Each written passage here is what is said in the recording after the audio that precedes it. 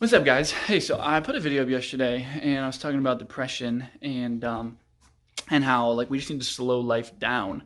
And it's interesting because I feel like some people were like, "Wait, like how would Facebook and all those things depress me?" Well, it's not the content and all the things we're doing. Basically, what it is it's when we are watching our stories, doing TikTok, Facebook, watching Netflix, all those different things, right? It heightens sensors in our brain that are like for our reward system.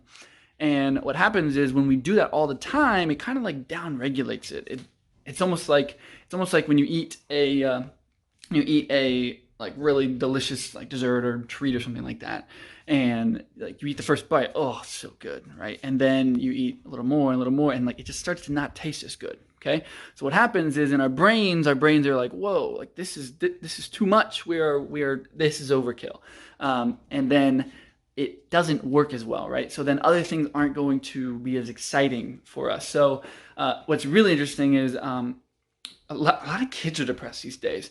People are so confused why kids are depressed. And the reason is, upon the research, you realize could kids be depressed because they are overstimulated and then like going outside or taking a ride or like actually rolling the windows down in the car while they're driving, like the wind to their it doesn't even matter. Like it doesn't even phase them because it's not near as exciting as a video game or as what they're watching on TikTok and like quick, 10-second clips.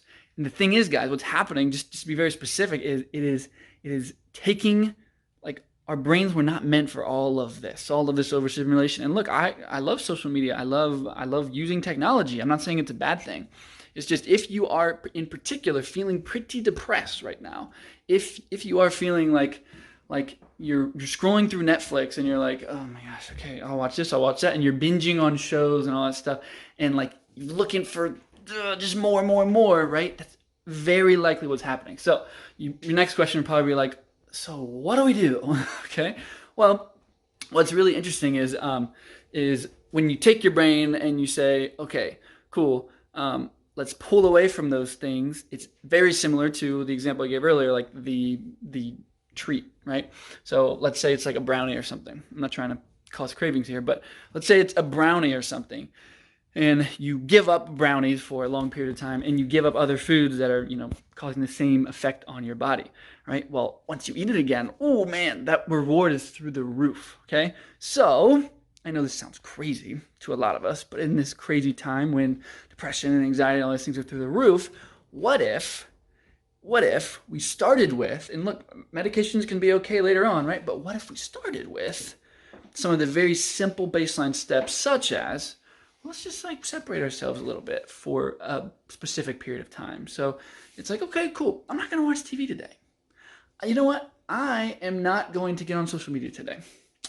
I am, this, that, and the other, whatever it is. Like, I'm not going to overdo the coffee today, right? So whatever it is that like your reward center is like flipping out on, you just scale back and you let it recover. It's not that you shouldn't ever do those things. It's not like we can't have that balance. It's not like we can't have the alcohol or have the things we like that hit our reward center in our brain. But if you're numb to everything right now, take a step back. That's it. I hope that helps.